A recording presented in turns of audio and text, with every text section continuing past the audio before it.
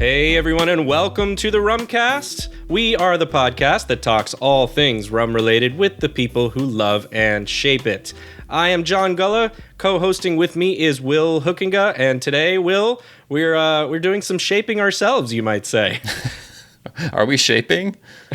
I think so. We could be that. I mean, you know, in a way, you're trying to create a different take on some cocktails, some rum cocktails, I would say, maybe. Yeah, I guess you could say it's a different take in saying that I'm trying to come up with the laziest possible but still enjoyable cocktails for the dog days of summer. So, yeah, trying to shape people's ability to do less but still enjoy themselves. I think it's a great premise and one that is definitely worth exploring. So I'm excited for it. Well, yeah, I'm excited to get into that. I'm actually, I feel like this is a good topic we're transitioning into August now. I think to me, that's sort of officially the dog days of summer. You know, it's the time of year I'm still enjoying summer, but I'm starting to lose patience with the heat a little bit. I'm getting a little bit tired of having to mow the lawn every single weekend, because it just keeps growing back. And it's at this point in the summer where I'm like, I still want a nice cold cocktail, rum cocktail preferably, but I'm just like, I've made cocktails throughout the summer that are a little bit more involved, involve shaking and like homemade ingredients and stuff. And I want to simplify at this point in the summer. It's too hot. I've been doing this for a couple months now. I need to just keep it simple. So that's what this is all about. But real quick, before we got into that, this time of year, also people are doing a lot of traveling. I know you were in DC recently. I was in Las Vegas. This past week, I went up to Holland, Michigan, which is where my grandmother lives. I went up there with my wife and my sister and her husband and 2 kids and had a nice little weekend in a part of the country where I think it's the only place where my last name is almost like Smith up there because the Dutch influence, the Dutch roots in Holland, Michigan are so strong. And, there's windmills everywhere. There's the beautiful waterfront, which, going to Lake Michigan, the beach there, it's pretty much like being at the ocean. I don't know how much Great Lakes experience you have, but it's really true what people say. They're not lakes. They're Great Lakes. But I bring all that up to say, one, real quickly, I wanted to give a shout out to my grandmother, who I know is not listening to this, but she's 93 years old. And the first night we were there, she takes all of us to her favorite speakeasy bar. And I'm talking about, it's like a bar where you have to go like downstairs and like enter a password. She knows the password in advance. And she like used to know all the bartenders at this place. And we sit there, we go all the way to last call. And it was just inspiring to me as someone who is into, drink culture, to see someone at 93 years of age who is still completely in command of the room, like understands the menu, knows all the drinks and everything. Yeah. It was a sight to behold. So I just wanted to give a shout out to my grandmother, who is extremely cool at 93 years of age still. But I bring up the trip because on the way up there, and I think I just shot you a text about this yesterday, but I have a podcast recommendation for those of you listening that is tangentially, I think I said that word correctly. I think that's the right related to rum, but not directly related to rum. But it's a podcast called Big Sugar, and it's done by a journalist. I actually forget her name, even though she says at the beginning of each episode. But anyway, it's really going like deep into the multi-billion-dollar sugar industry and kind of maybe some of the less than savory aspects of it. No pun intended. It's the type of thing where it leaves me with questions now that I want to look into with the rum world, because the rum world is so attached at the hip to the sugar industry. But it centers around, there was a class action lawsuit actually in your state of Florida in the 90s where a large group of sugarcane cutters were, the lawsuit was saying that they were underpaid, basically. And so it was this massive lawsuit, and the podcast kind of centers around that. And the majority of the cane cutters were actually from Jamaica, I believe. So a lot of these cane cutters came from the Caribbean. You may be familiar with this down there in South Florida. But anyway, so it uses that trial as kind of the thing that moves the story forward, but also goes deep into some of the family histories of these companies, some of which came over from Cuba. So it goes back into Cuban history a little bit. It's very far reaching, and there's lots of little tie-ins to just various things you encounter in the rum world. So I believe it's still going. It's a series that's not yet finished, so you can catch up now like I did on my 8-hour drive to Holland, Michigan. So yeah, just wanted to give a quick shout out to the Big Sugar podcast. Very interesting stuff. It sounds really cool. I haven't dug into it yet, obviously, but I think it seems like something I would be interested in. I like a little bit of, This American Life and some of those other series that kind of do that long-term like series where they uncover things and do that investigative reporting. So I'm interested. Yeah. Cool. All right. Well, with that out of the way, what's up with you? Anything new to share before we dive into our lazy cocktails for the end of the summer? Nothing really rum-related new right now. I mean, I've had rum-related thoughts about things. For instance, I will tell you that I know it's silly. I know this is going to sound really silly, but give me a minute and it'll come together. Okay. So I recently had the best hummus I've ever had in my life. I had some really good hummus recently, but continue about yours, yeah. Well, so mine, I had mentioned already, I think, that I was at the Green Zone when I was in D.C. Yes. And that they have this great, fantastic Middle Eastern cuisine. And I kid you not when I say that's the best hummus I've ever had. Mm-hmm. And it was almost like that aha moment, like that revelation, because I've only ever had like grocery store shitty hummus probably forever. Yeah. And then this was like, whoa, this is like the real thing, and it's like not the same thing. Right. And so it made me think about rum and that same kind of aha, moment that we get from a lot of people who are used to Captain Morgan and others, and then realize, holy shit, there's this whole world out there of this other stuff. It was like the first time you had Smith and Cross or something like that. Yes. And so I did a similar thing that I did when I started discovering rum a few years ago. I went and tried to find some hummus here locally that would... You did a hummus deep dive. Yeah, well, I wouldn't call it a deep dive. I just bought one that I felt like, this isn't the grocery store like regular stuff. Okay. But I wasn't sure if it was good. So I found a local source here. And it was good, but it wasn't near the same It wasn't things. Green Zone good? No, not even close. You may have to make it yourself, I think so. I mean, I think I'm going to have to reach out and find a recipe and, learn, because I really do want to have that again. And to have to go to D.C. every time for Miami is not convenient. So we'll see. But so just, again, it's silly, but it was related in the same way as I thought my rum experience, it was echoed in that way for this. So anyway, if anybody knows in South Florida where to get great hummus, please let me know. That would be awesome. Rum has taught me, I think the older I've gotten, the more I've tried to be less dismissive of foods, especially if it's the first time I'm trying something, because what I usually tell myself is there's probably, like, if it's something that is a common thing around the world, at least somewhere it's common, like, there's probably a really good version of it somewhere, It might not still completely appeal to you, but there's, don't write something off when you've just had, as you were saying, the grocery store version of something. Exactly. Or just recognizing that there's probably different variations, and maybe some of those variations are not for you. Or at least at this point in your journey of whatever that thing may be, so that I was looking for like whatever that hummus that I had, that's the version I wanted. And maybe this one was also considered good, but different.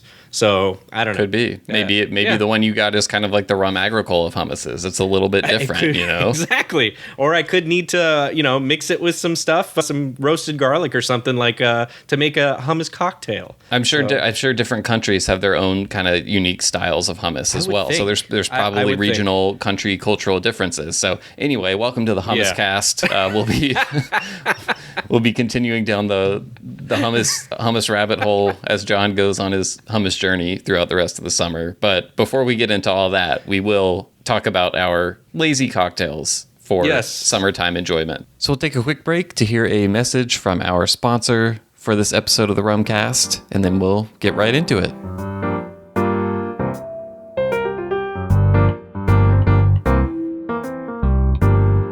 Hey Rumcasters. One thing Will and I have long begged for is smaller sized rum bottles. Sometimes we want to be able to try a new rum without having to spend more than $100 on a full 750 milliliter.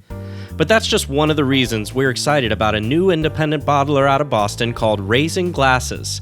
They've just released their latest line of rums in 375 milliliter bottles that typically retail for less than $50. The Folklore line of rums from Raising Glasses currently has 7 different single cask releases, all over 57.5% ABV, and all featuring original artwork of a mythological creature from its country of origin. What origins might those be? How about Burning Cane, which is a cask-strength 15-year-old Foursquare, Moongazer, a 9-year-old 100% Versailles wooden pot still from Guyana, or Guardians, an 8-year-old Trinidad that I called one of our top rums of 2022. They even have brand new releases, including a 14-year from Venezuela, a pair of 9-year-olds from Thailand, and the terrifying Yowie, a 68.3% 16-year Australian beast that's the oldest Binley rum we could find in current release. These are all available for online ordering in 41 states in the US, and you can also find them in retail stores in both Massachusetts and New York. So be sure to get them at raisingglasses.com before the Yowie gets you. Now back to the show. All right, we're back, getting ready to talk about our lazy rum cocktails for summertime. The perfect things to enjoy when you feel like having a cocktail, but you don't feel like doing much work at all, which is me often this time of year. So, John, as I was putting these together, I came up with the drinks first before I came up with a framework of what I actually think qualifies as a lazy cocktail. And everyone's going to have different definitions of this. What a lazy cocktail is to me might be lazier than someone else's standard. Someone else may be willing to do a little bit more work, but still qualify it as a lazy cocktail. But I did want to present my 3 golden rules for lazy cocktails. Okay. So, rule number 1, and all 3 of my drinks that I'm going to be talking about qualify for these. Rule number 1, no equipment you have to hand wash, or no equipment you have to wash beyond just the glass that you're going to be drinking out of, I should say. Okay? So that means no shaking, no strainers, no blenders, nothing like that. I just want the glass I'm going to be drinking it in, and maybe a spoon if I need to give it a stir. Okay? But those are easy because I can toss both of those in the dishwasher, Sure. Usually with a shaker, I'll hand wash it, but, it's a little bit more work. Anyway, That's rule number 1. Rule number 2, no juicing. So I don't want to have to get out my little citrus juicer, the squeezy press one. I don't want to have to do the, when you're doing like an orange or a grapefruit and you shove it down on the thing and twist it. I don't want to have to use that. I'm trying to not dirty up muddling. Is that no muddling. Yeah. I don't want to. I don't want to dirty up any utensils more than I have to. And then rule number 3, which has one exception, is no homemade ingredients. So I don't want to have to make something before I make this. Now the one exception to this I will make is simple syrup. Okay, because the word simple is in the name. You can make it extremely quickly. Right. Those are my 3 golden rules for lazy cocktails. So that's what I'm looking for. Something I don't have to shake, something I don't have to juice fresh citrus for, and something that I don't have to make something, a syrup or something like that beyond just simple syrup, which I usually have some of that on hand anyway, so it's no big deal. So do you feel like I'm too strict? Is that too lazy? Is it not lazy enough? What do you think? So, number 1, I think those rules make sense in the format of being lazy because I think you're pointing to what I don't like about cocktails, which is makes a freaking mess if you don't know what you're doing, and clearly I don't know what I'm doing most of the time. So there's that for me. And then also it's just like, do I have this one thing on hand that I need to make this drink, and that usually prevents me from making it? Right. So for me, this works because, like you're saying, you have this stuff on hand. It's not like some esoteric kind of ingredient or anything like that. So, I'm with it. I see where you're going with this, and we maybe could think of a better name than lazy cocktails eventually for it. Maybe something essential. I don't know, but Insta cocktails. No, I don't know that works either. But maybe by the end of this, we'll think of it. But so for me, the interesting premise that you had here, and I think we're going to tell people what it is now, which is that you came up with these recipes and then asked me to try to make them, knowing that I suck at making cocktails and don't really do a lot of it. So I feel like this was a good idea you had to see and prove your concept. You are the testing ground here because, I'm not. I am the Los Alamos of lazy cocktails. I'm by no means a cocktail expert, but I do a little bit more dabbling than you do. So I figured if I could get you to make these without much trouble, then that's really kind of a stress test for all the listeners out there who don't do much cocktail drinking. I wanted to make something for them while also giving the people who are into the super involved drinks, with 20 different ingredients, homemade syrups and all that.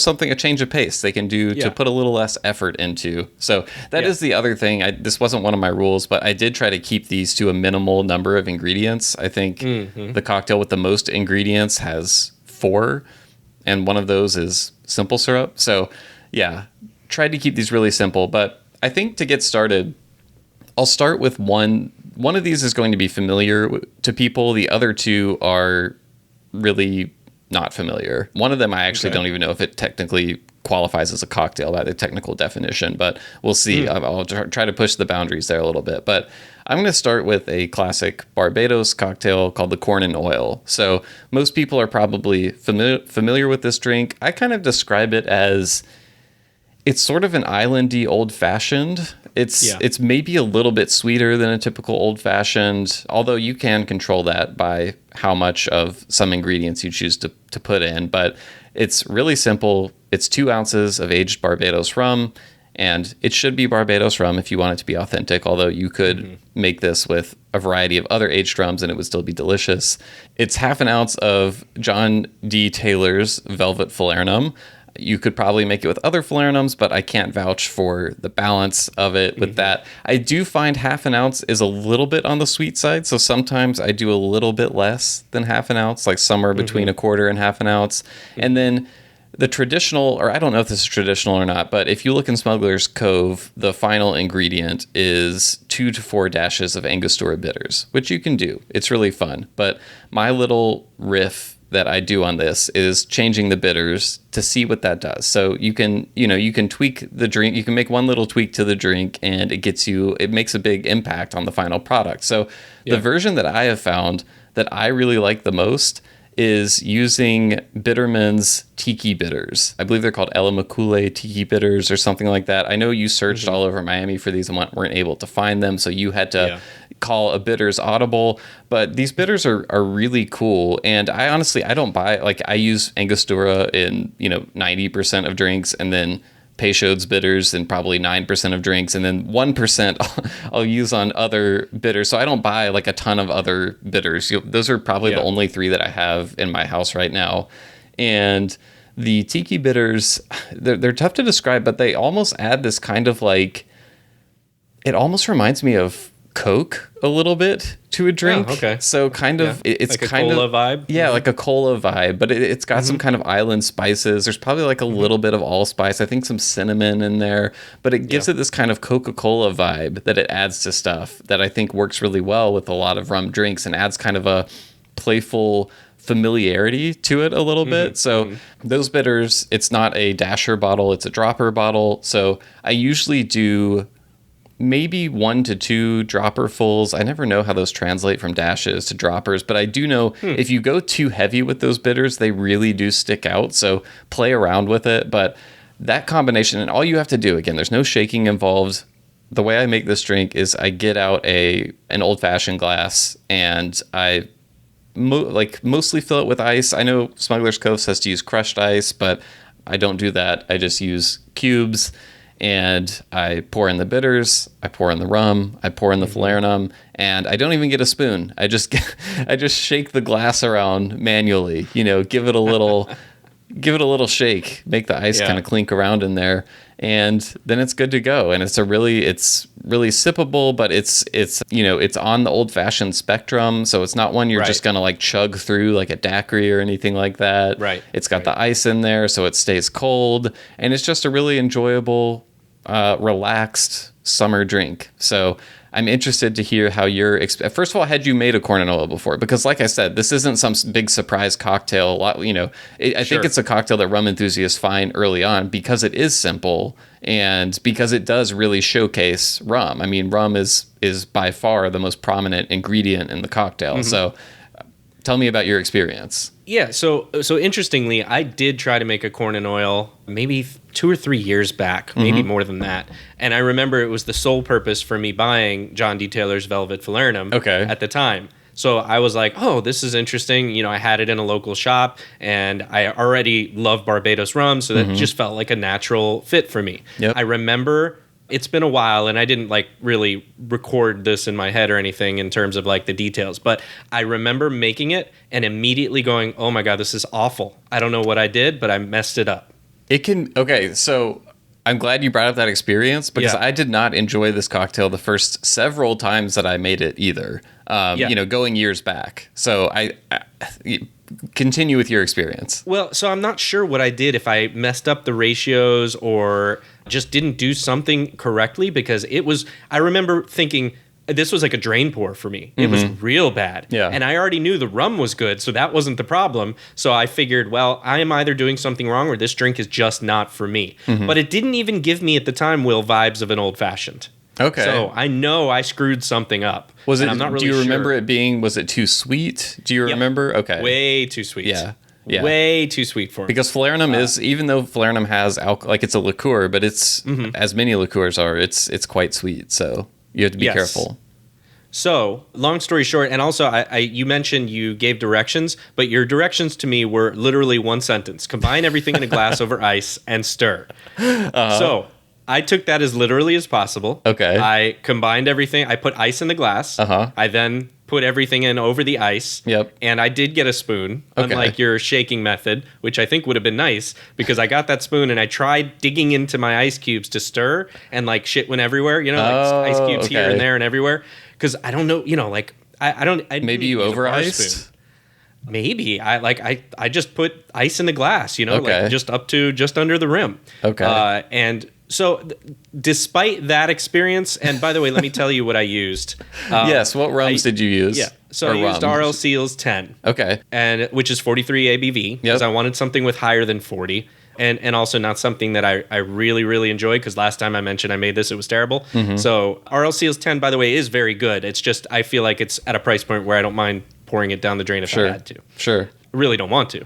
So the John D. Taylor Falernum. And then, as you mentioned, I could not find those bitters anywhere on Amazon, but it wouldn't have got to me in time. Right. So I ended up going to my local store. I sent you a picture of what bitters they had, and we talked. And I ended up with Peychaud's bitters, which I've never owned and never used. I've only ever used Angostura bitters in anything. And Peychaud's are couldn't be more different in terms of their flavor profile from Angostura. And I actually I've never tried Peychaud's bitters in Acorn and Oil, and I'm wondering how well it works, because I could see it. I don't know. I could see it working, but I could also see it maybe not. I mean, you do use Peychaud's in I think you use them in is it a Sazerac? I think. And that's a spirit forward cocktail.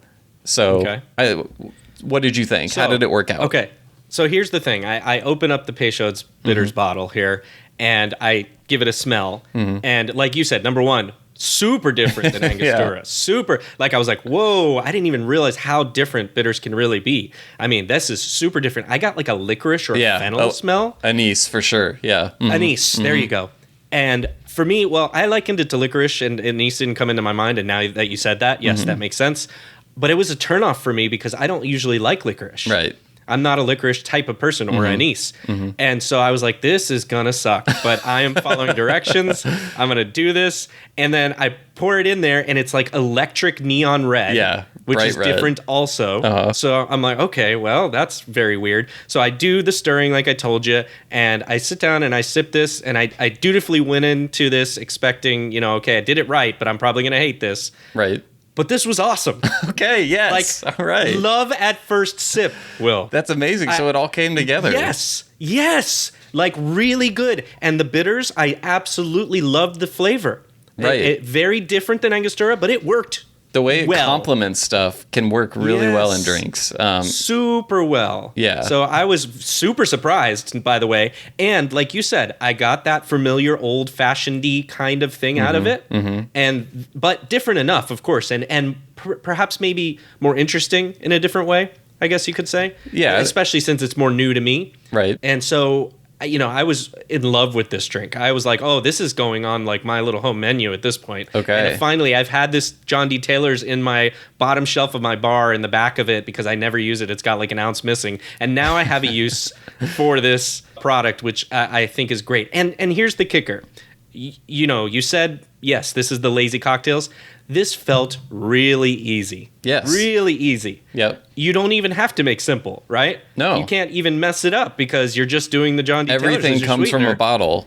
Yes, and boom, you're there. Mm-hmm. So I was impressed by this one. I was like, yes, this is awesome. And I had a friend over, so I told my friend Lewis. I said, Mm-hmm. hey Lewis, I'm doing this, for the podcast. Would you mind coming over and trying it as well? Yeah. He did, Uh-huh. and he loved this one as There well. we He go. said, yeah, and he knows my reputation at making drinks, by the way. So Okay. he was already skeptical. Okay. But when he tried it, he was like, you know what? I would like order this and pay for it. Wow. So that tells me. Good job, because that's really good. And is Lewis much of a rum drinker? Like, No, Okay. He's more of a cocktail drinker. Okay. I mean, he does sip neat when I'm sipping it, and Sure. we do board games a lot. Uh-huh. So he's usually my board game buddy, Okay. and so we'll have a sip or neat or here and there, and he tolerates it with that, I think. And Right. I don't want to mischaracterize in case he does listen to this. I don't Yeah. think he does. But he's not into it like we are. okay. So Well, that is he really enjoyed it. that's all music to my ears. And did you go the full half ounce with the Falernum? I think so. I have a jigger that is 2 ounce, 1 ounce. Okay. And I did my best to do a half an ounce, but I Gotcha. think I was just under. Okay. Yeah, I think And- I like to go yeah. just slightly under a little bit, and Yeah. I really like the balance that gets. And the other thing I'll say that's important with this drink is to have an appropriate amount of ice, because you do want it to have some dilution, So yeah, I think it's the kind of thing that if you just have like a couple of ice cubes floating around in there, it's gonna feel out of whack. And the other thing that you did that I didn't recommend, but that I think can be pretty important with this drink, is using a 43% or higher rum. I do think using something that's a little bit over 80 proof goes a long way to making this more enjoyable, because aged Barbados rums that aren't cask strength or whatever are already they're kind of mellow, they're not super intense, and so if you have something that's too weak, it just the drink just kind of is flat. So you need something with that little extra bit of oomph, and I think RLCL 10 is a great choice. I made one yesterday because I just wanted to refresh my memory.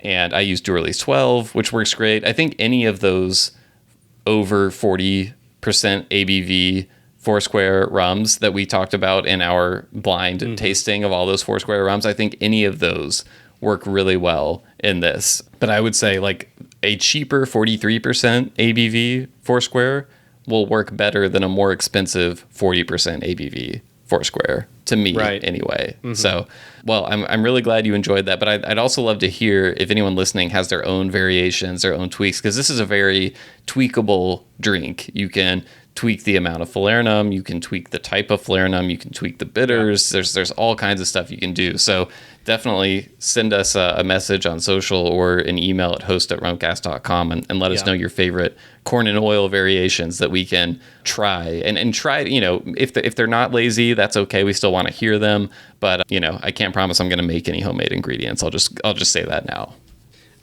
Before we move on to the next one, I'm going to show how little I know here. Why is it called a corn and oil? Do you know, Will? I don't know. There's no corn in it.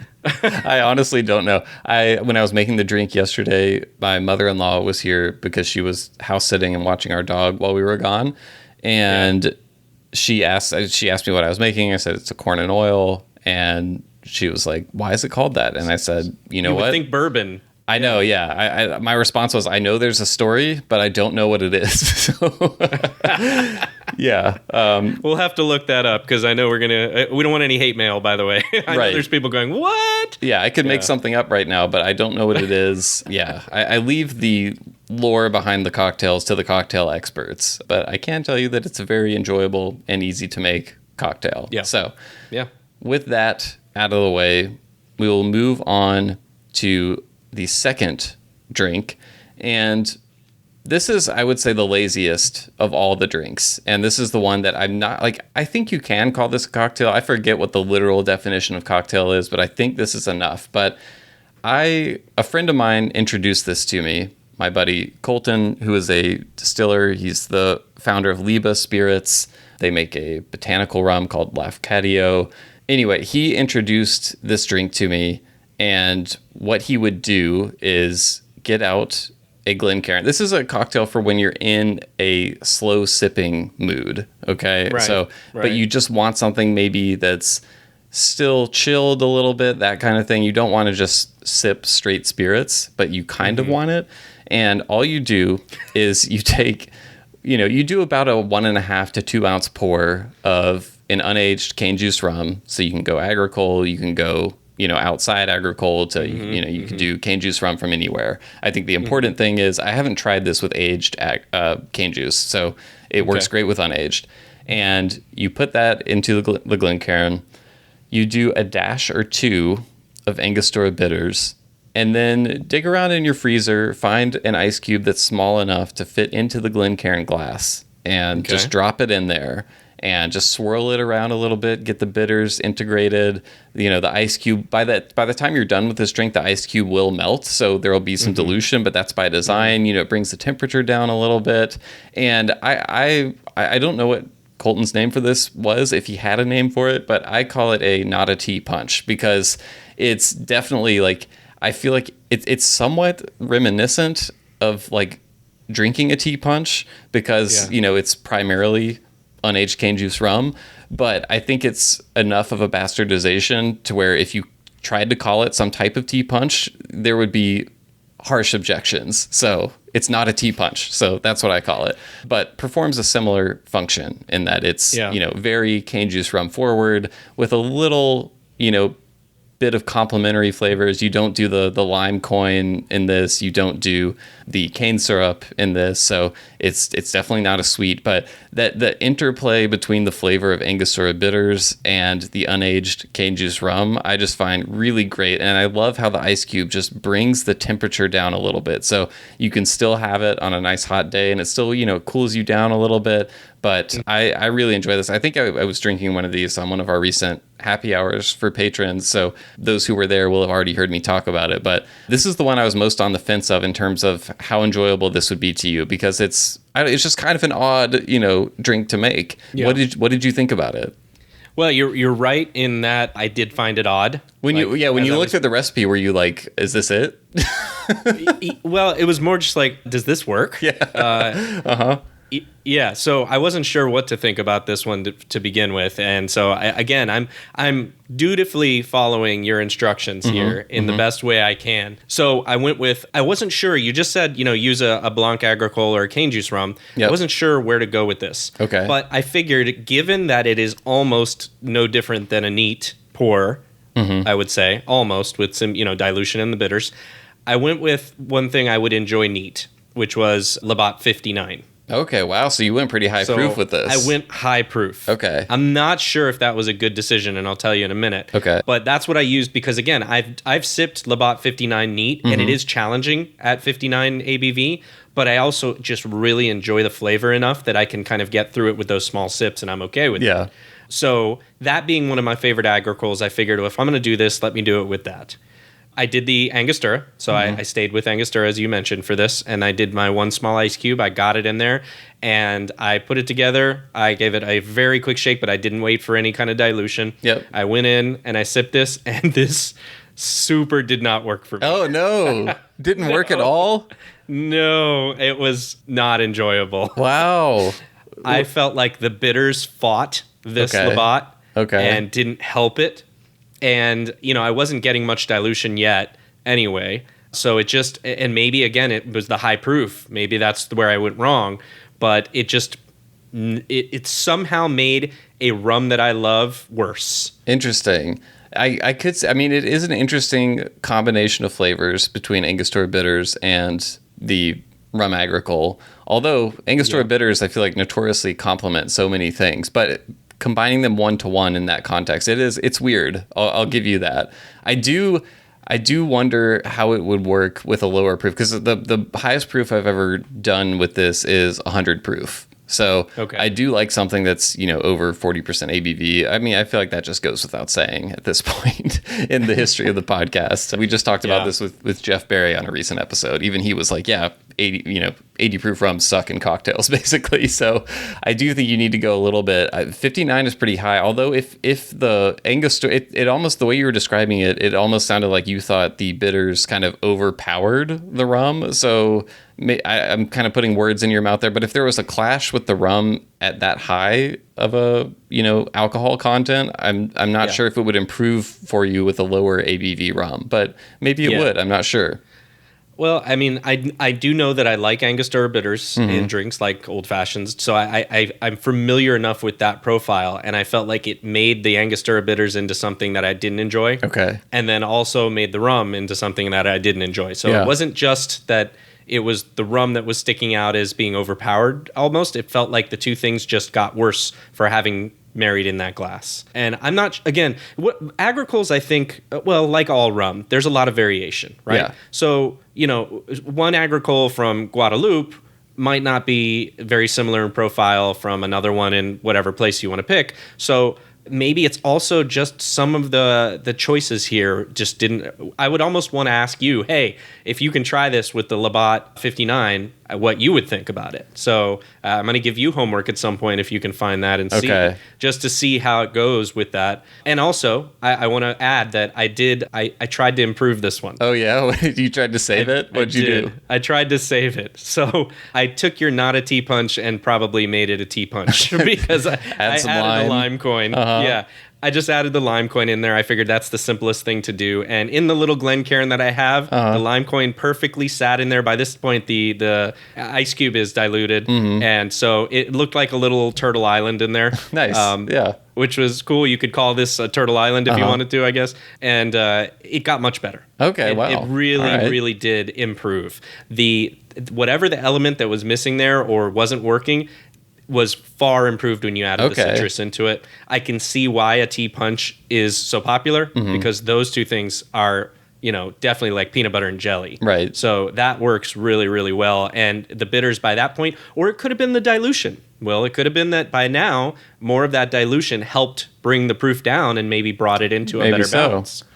So it sounds like for you, cane juice rum and lime juice, peanut butter and jelly, cane juice rum and Angostura bitters, it's like Vegemite and jelly, maybe.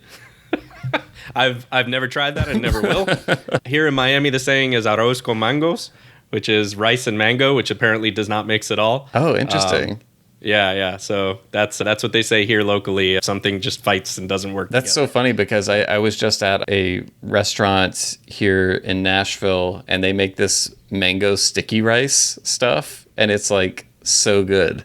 It's a Thai chicken place, and interesting. Yeah, they make this mango sticky rice, and they come out in these little they're like these cubes, and they're really crispy on the outside, and there's like rice on the inside, and they're sticky and mango-y, and they're delicious. So somebody found a way to make rice and mango. I think so.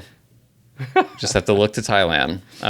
Okay, so I'm 1 for 2 so far, although maybe we can concede that the second cocktail is highly dependent on the combination of the rum and bitters. Yeah. So, I've tried it with a couple of different cane juice rums and liked it equally both times with all the different, or not both times, but both kinds, I should say, because I think there's only 2 that I've mainly been running that with, one being La Favorite, which is a rum agricole, and then I made it with Cherami Blanc a while as well, which is quite a, tamer, more straightforward cane juice rum, I would say, than something like Labatt 59. So anyway, maybe you can come back to that one if you're feeling generous at some point. I don't want you to end up wasting another drink, but perhaps it's worth a retry at some point with something a little lower in proof. And also, I don't have a bottle of Labatt 59 right now, but next time I do, I will try that for sure. I'll send you some. Okay. Yeah. Well, it's a low barrier to entry, so that's the good news, right? That is the good news. Yeah. Yeah. Literally the laziest of the 3 cocktails. Yeah. You can make it in about 10 seconds, I would say. Okay, so the last drink, this is probably one that is the most complicated. It has the most ingredients, but still abides by my 3 golden rules. So the original inspiration for this drink was actually a recipe that Shannon Mustafer posted on her Instagram all the way back in 2021, I believe. But this was a drink that she partnered with Ting, actually, to create. Ting, the grapefruit soda from Jamaica. And her drink was called the Miss Ting. And the recipe was 1 ounce overproof Jamaican rum, 2 ounces pineapple juice, a half ounce of simple syrup, and then Ting Original, so the original grapefruit soda from Jamaica. When I found this recipe, I did not have any Ting on hand, but I did have ginger beer, which ginger is another, very Jamaican ingredient. It grows there. I believe there are some ginger beers available in the US that are made in Jamaica. So, I was like, I feel like this still fits in the spirit of this drink, even though I'm removing Ting, which was the sponsored partner of this drink in the original recipe. But that's what it is. It's an ounce of an overproof, unaged Jamaican rum. So the two that I've tried with this drink are Ray and Nephew and Rum Fire, and I'll speak more about the differences between those in this drink later. 2 ounces pineapple juice. I don't do a full half ounce of simple syrup in this drink because it's a little too sweet at that content for me. And so I'll usually do like a quarter of an ounce. I've also just been lazy enough at times to just leave it out altogether, and it's still good. But I do think that little bit does help a little bit. And then I used Fever Tree ginger beer, which is my brand of choice. It has a nice ginger bite to it, so I really like that brand. And all you do is go ahead. What brand? Sorry, I missed Fever it. Tree. Say it again. Fever Tree. Okay. Fever Tree. Yeah, they make a lot of different I know mixers. Fever Tree. They've got a ton of stuff here. Yeah, exactly. Available in most grocery stores. A little bit on the expensive side, but to me it's worth it for the ginger beer. Anyway, so all you have to do is combine those first 3 ingredients over ice. So the overproof Jamaican rum, the 2 ounces pineapple juice, which, by the way, to keep with my rule, I am using Dole pineapple juice from a can. I know some cocktail folks out there will turn their nose up at that, but honestly, Dole pineapple juice from a can it's pretty good. Like, it's not bad. It's pretty good to me. I know fresh pineapple juice is better. Believe me, I would always have that if it were easy, but the canned Dole pineapple juice is not too bad, and I think it works well in this drink, so I use that. And then you add the little bit of simple syrup over ice. You can give that a stir, and then you top it with the ginger beer. In this case, in the original recipe, it's Ting. And do it about to the top. This all depends a little bit on, how much ice you have in there. I usually kind of fill the glass with ice because I don't want to pour a ton of ginger beer into there. I forget how many ounces those little Fever Tree bottles are, but I usually use up ending about half, maybe a little more than half on this drink when I do it. And I'll usually give it like another little stir after I add the ginger beer. But the combination of the pineapple juice, ginger beer, and the Jamaican overproof rum just hits so good for me. And you get the little bit of carbonation from the ginger beer in there. It's a nice cold drink. It's over ice, so it stays cold. It's the largest drink of all of these. So you can drink it, even though it's extremely easy to drink, you can drink it over a period of time. It's just really, really good. And this is the drink of all of these. I've made this for lots of different people, from spirits nerds to non-spirits nerds. Everyone likes this drink when I make it, and which is really cool because you can introduce someone to an overproof Jamaican rum because that flavor for it comes through. Nice And I will say the Rum Fire is for the advanced drinkers. Ray and Nephew is for the people who are not as into booze. But both work spectacularly well in this drink. I like both versions. When you use Rum Fire, you get it's more rum forward. It's a little funkier, but it's still approachable. But the Ray and Nephew is definitely more approachable. And I haven't done this with Rum Bar Overproof yet, but I'm sure it's very good with that as well. I would imagine it's more towards the Rum Fire spectrum in terms of approachability than Ray and Nephew, because that's also quite a bit funkier than Ray and Nephew. But so I really like this drink, and this is the one out of all of these that I think I'll be the most disappointed in if you don't like this drink, John. So tell me, how did it go for you? That's a lot of pressure. Well, first, it needs a name, as you mentioned. So here's the thing. I do have a name that this is known by within my family and some close friends. Okay. But I didn't want to. It's not a good name. It's just funny because there's kind of an inside joke with it. But I was having some people over, and I made just a short menu that I showed everyone, and I didn't have a name for it, but it's kind of like a punch a little bit, so I wanted to call it something punch, so I just named it Will's Punch because, I'm not taking credit for the recipe. All I did was change Ting to ginger beer, but I was like, this is kind of something that it's like a variation I came up with. I'll put Will's Punch on this. Anyway, my sister-in-law and her boyfriend were over, and my handwriting is like really shitty. Like it's really bad. Okay. So bad to the point that my sister-in-law couldn't read my own name properly, and she thought the name of the drink was Willis's Punch.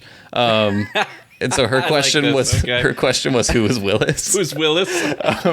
And so now I just always call it Willis's Punch. It's it's just kind of an inside joke, but that's not a good external name. So I don't know what a good Shannon named her version Miss Ting because it has Ting in it. So I don't know, maybe something with ginger beer. I'm not sure, but all I know is it's one of my favorite drinks to make in the summertime. I do like Willis's Punch, though. That is pretty great. And Miss Ting, of course, as she named it because of the Ting, but also Miss Ting is like a thing in patois, also in Jamaican patois.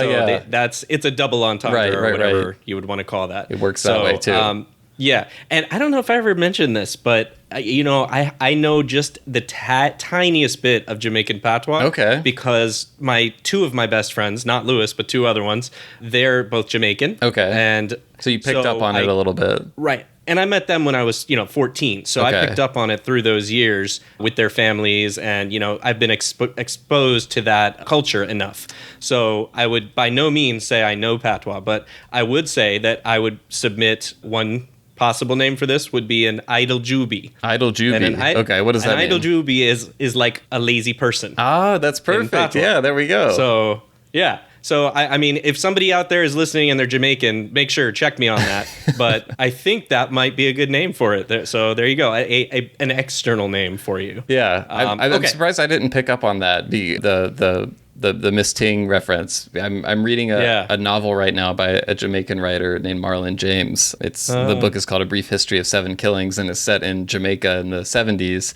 And it's the type of novel where each chapter is told from the perspective of a different character. So there's many different voices throughout. But I would say about World War Z, at least like half of the characters in the book are Jamaican, and their dialogue is all written in dialect. So I've picked up on all these Jamaican words and phrases that I hadn't heard before, but that was not one of them. So anyway, yeah.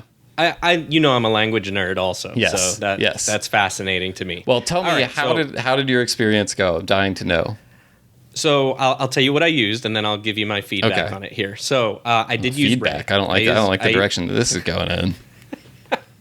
No, it's all good things. All good things. Ray and Nephew I used for it, and I had pineapple juice. I did not use the Dole cans because I couldn't find them simply in the store I was in. So I ended up with this like half-gallon size can of pineapple juice. Okay, that was the only thing that I could find that was 100% pineapple juice. Okay. There was like the organic, fuck you version that was like $15 or whatever, excuse my language.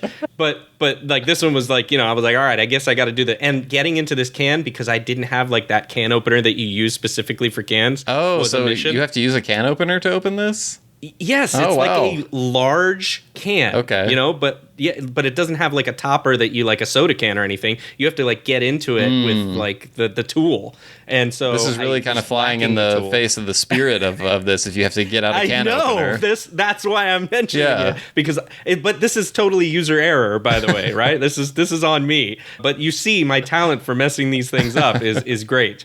So anyways, I did that. I did use a little simple with it. And instead of Fever Tree, I went with Owen's because I had it already in my fridge at home. So Owen's ginger beer. I haven't had Owen's before. Yeah, I think they're a decently large size brand. Okay. They've got like a logo of like a donkey head. And so they're pretty recognizable. And so I don't know. I'd like to compare it to Fever Tree. Mm-hmm. But I don't really know how different ginger beers can be, to be honest. So if it's like, the difference between Coke and Pepsi, or if it's like the difference between something really much larger that I don't think it's Coke and Pepsi, because I think the overall flavor profile is pretty like in the ballpark. I think where they vary the most is probably in their intensity, like how ginger spicy, are they? I'm glad you mentioned that. Okay. Because this is where I'm going with it. So I'm making the drink as instructed. You put combine first 3 ingredients over ice, top with ginger beer, give it a stir. 3 sentences. Yep. Will, I somehow screwed it up. Because what I did was I combined the first 3 over ice, and then I topped with the ginger beer. And I forgot to give it a stir. Oh, okay. So you got all ginger beer on your first sip. I got a face full of ginger beer. And I was like, oh, this is awful. I was like, why did you do this to me, Will? And then I looked back and I was like, oh, no, this is also user error. So I had to. Wait, so do you not like ginger beer? No, I do like ginger beer, but when you get only ginger beer, you weren't expecting it, right? Yeah, right, yeah. Exactly. It's your expectation. So because I've drank that ginger beer right out of the bottle, it's good right. and it is bold. Yeah. But if you're not expecting it, and I wasn't, that's what happened. Okay. So I went back. I was like, no, I need to stir this. So I did stir it. The second thing is, you already mentioned you didn't really put an amount of ginger beer in there. I didn't. So I poured in what I thought would be right. And it got too much ginger beer, I think, to start with. Okay. I had to go back and add a little bit of pineapple juice. Oh, okay, pineapple. And simple syrup. Gotcha. Yeah, just a tiny bit, like a bar spoon of that stuff. And then it was right. And maybe it was a little less rum forward than I would want it now because, like you're mentioning, I didn't add rum. But I got it. I was like, okay, I get this. So I ended up giving that one to Lewis. Okay, gotcha. And I made another one of this for myself, and he loved it. By the way, awesome. There we go. He was like, "Oh yeah, this is it. Yeah. This is great." He kept mentioning it was really really good. So I think for him, that little bit less of rum in the whole thing worked well because he's less of a rummy. So for me, I went ahead and I made it again. I did it right this time. I still used all the same ingredients and stirred it. Did my thing with Ray and Nephew in there and loved it. And I thought it was really, really good. Excellent. So, music to my ears. This one's really good. The other thing I ended up doing, just because I'm silly, is I added a tiny bit of Luxardo Maraschino. Oh, interesting. Okay. How'd that go? I don't know why I did that. I'm not sure I could point to a good reason. Other than it was in my bar. And I saw the bottle when I was getting other stuff out. And I really, really enjoyed that. I thought that was I can see that working really well. That's one of those ingredients that I think can either really make a cocktail amazing or really make it terrible because it has a very specific kind of very sharp flavor. I'm guessing, did you just do a little be almost a quarter a dash. ounce? I would say like a bar spoon is what I did. I think that's probably perfect. Yeah, that's interesting. I'll try that the next time I make it because I'm a fan of that liqueur and I'm obviously a fan of this drink. But yeah, huge shout out to Shannon Must for coming up with the template of that drink. And literally, like I said, all I did was change Ting to ginger beer. I'm trying to remember now if I've ever actually tried the version with Ting because I can get Ting. I have a little bit of a take that I'm kind of ashamed to admit because I know how much of a beloved ingredient Ting is. I don't really like Ting very much. What? Oh, that's it. Get out of here. I know. Podcast done. That's it. I may have just had entry into Jamaica revoked whenever I try to go there next. You're in trouble, man. Don't say that too loud. It's too sweet for me. And maybe it's just I just need to adjust. But even Array and Ting, when I've made those, I'm always just this is sweeter than I wish it were. Yeah, so maybe it's just the kind of thing where I'm getting the ratio wrong. I don't know, but let me ask one thing: where are you getting your Ting from? How does it come when you buy it? It comes in a bottle. The most recent time I bought it was we have a big Asian grocery store here in Nashville called K&S, and they have glass bottles of Ting there. Okay. And so I picked it up there. The reason I was asking is because here, at least, you can get the 2 liter in plastic. Okay. Or you can get the glass bottles. Gotcha. I absolutely 100% prefer the glass bottle. Okay. And that's partly because, and this is just my own guess on this, it's partly because I think the plastic goes flatter quicker. Okay. And then the sweetness starts to bring up more because carbonation cuts down on sweetness. Right. So when you use it from the glass bottle, I think it's always better. And I feel the same way about Coca-Cola products too. So I don't know if that made a difference. That's why I was asking. Also, like, I mean, yeah, it can be sweet if it's not carbonated. Like, you have to have enough carbonation in there to cut that sweetness. Yeah, I mean, I'm not just opening the bottle and letting it sit there for a few hours before I use it. Right, So it's always, open right out of the bottle. But maybe I just need to add more rum. Maybe that's the answer. Maybe I haven't been adding enough. I don't know. But I reluctantly admit that I haven't found a ting drink that's right for me. But I do really love ginger beer, which is why I love this cocktail. Well, you and I are opposites there. I would take ting over ginger beer anyway. Yeah, I'm sure probably a lot of people would have that opinion. But, we can't all be correct, so that's why we debate. Okay, so we've been through... Speaking of not correct. We've been through my 3 lazy summer rum cocktails. I think you had a couple that you wanted to audition here as well. I haven't had a chance to try these. You just sent them over this morning, but they looked intriguing to me. And I also think your definition of a lazy cocktail may not be quite as lazy as mine. It is, right. I didn't hear your 3 rules until we started doing this recording. Well, again, those are just for me. They're not universal rules. Yeah. Yeah. But I did try to think of some things that, let me preface these 2 before I get into them. Okay. Number 1, we know I'm not very good at this, and we know that part of the reason I haven't really done much with cocktails is because I feel like I'm when I do a recipe, I try so hard to be, what's the word, like true to the recipe, and I don't enjoy that. But here's something, for the first time, I think I enjoyed making cocktails. Wow. Because I let myself go and thought of it like when I cook. I do cook a lot. And when I cook, my approach is I'm going to go to the store. I'm going to see what things stick out to me. And I'm going to start to coalesce around those ingredients and build something that I'm going to cook. You're like a chef. And I took the same approach here with the I am like a chef. A home chef. We'll qualify that. I'm going to start saying yes. I'm going to say yes, chef, to you on this podcast. You better. Yeah. That's right.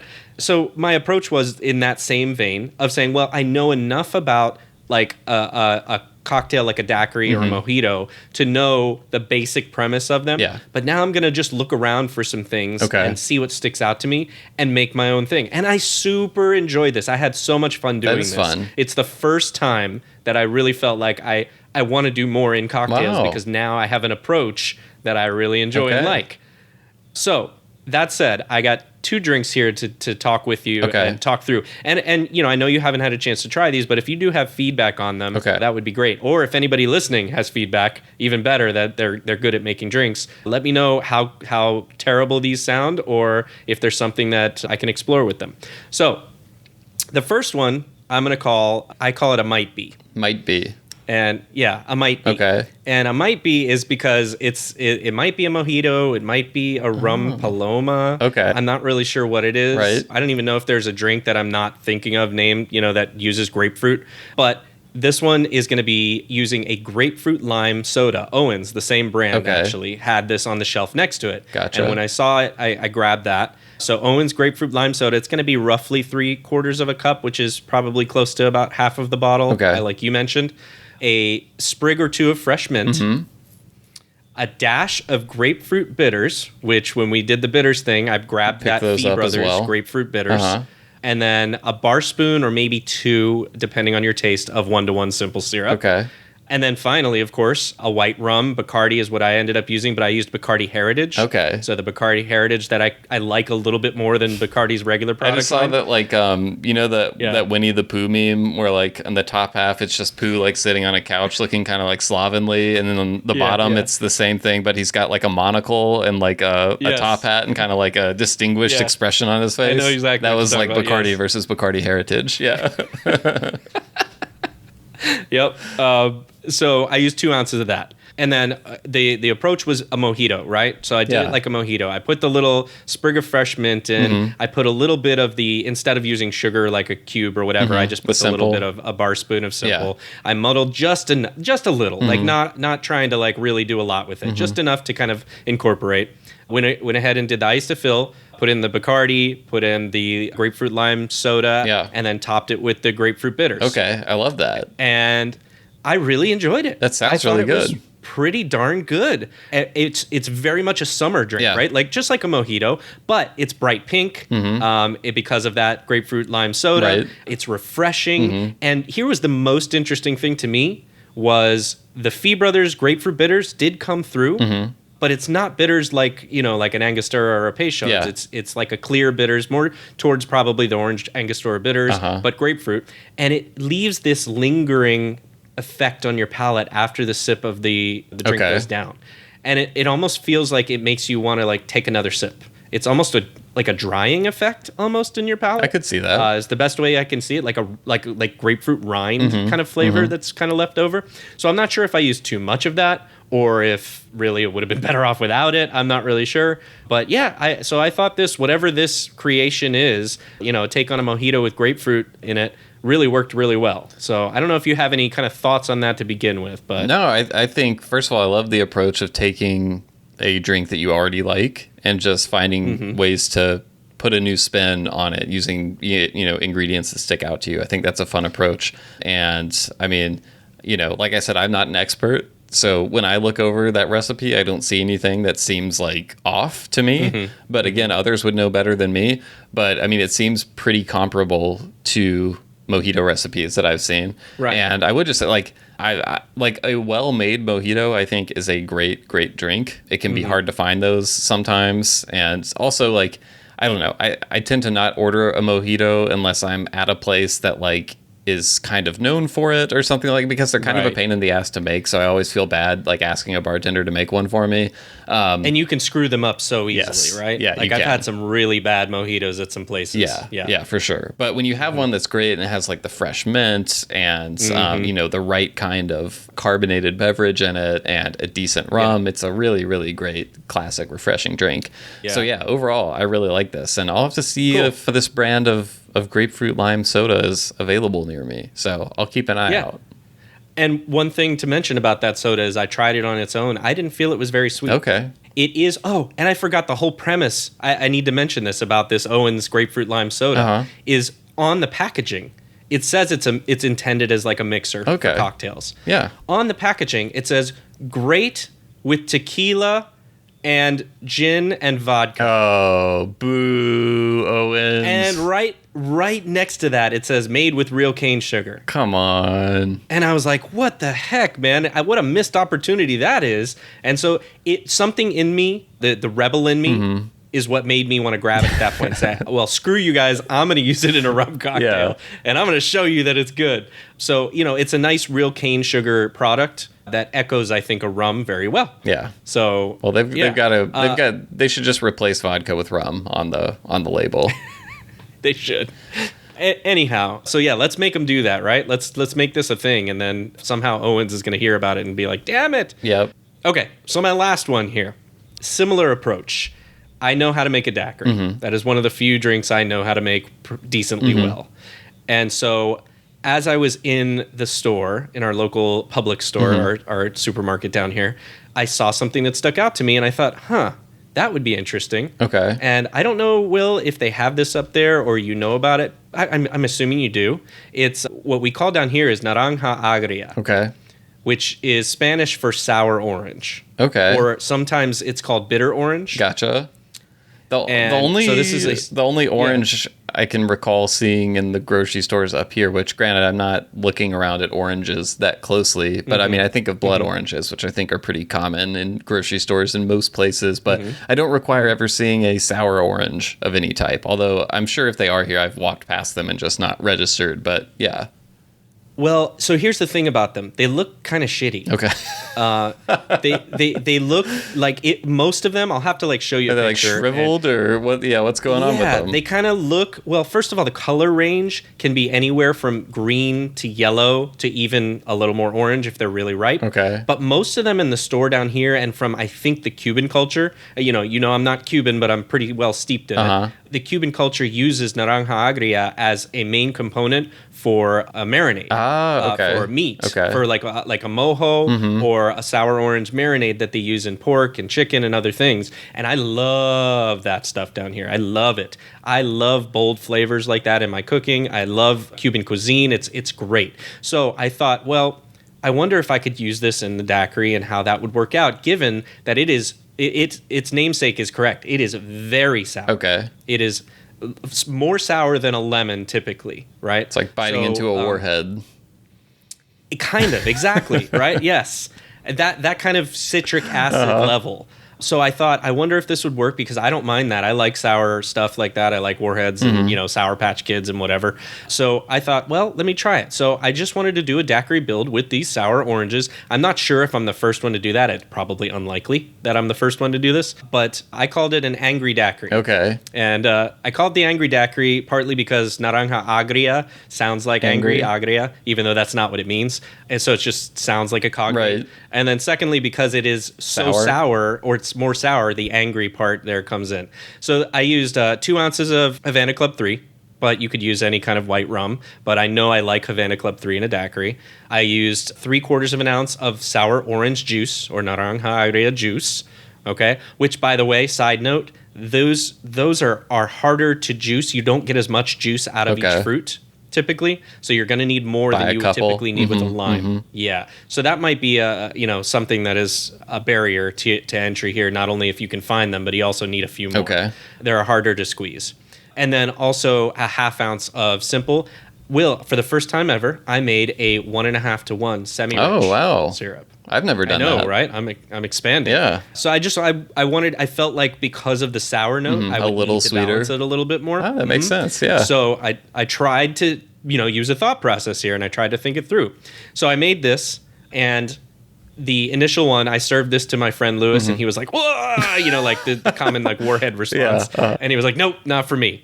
He did not like this at all. But I tried it, and I really liked it. Not too sour? He said it was too sour and there was too much rum flavor. Okay. So it might have been just too much rum also in addition. But let me tell you, first of all, this is not a standard daiquiri. You can tell the difference. It's angry. It's far enough away from lime that you can certainly, I could pick this out of a lineup and say, yep, that's sour orange. And I really liked this. So this is going to be a daiquiri variant for me from now on that I like when I'm looking for something that's more bold. It's got a bolder flavor. It is very sour. So I don't know if it's so sour it's out of balance. I know people talk about drink balance a lot. It probably, for a lot of people, is out of balance because it's just that sour. But I like it. Yeah. I really enjoy it, and I want it that way, and I'm good with that list of ingredients and amounts. It worked. Well, so I'll have to see if I can hunt down some naranja agria. Is that right? Agria, yeah. Naranja agria. I'll have to see if I can hunt some of those down. Maybe I'll check out some Latin American grocery stores. It might be a better place to look. Yeah.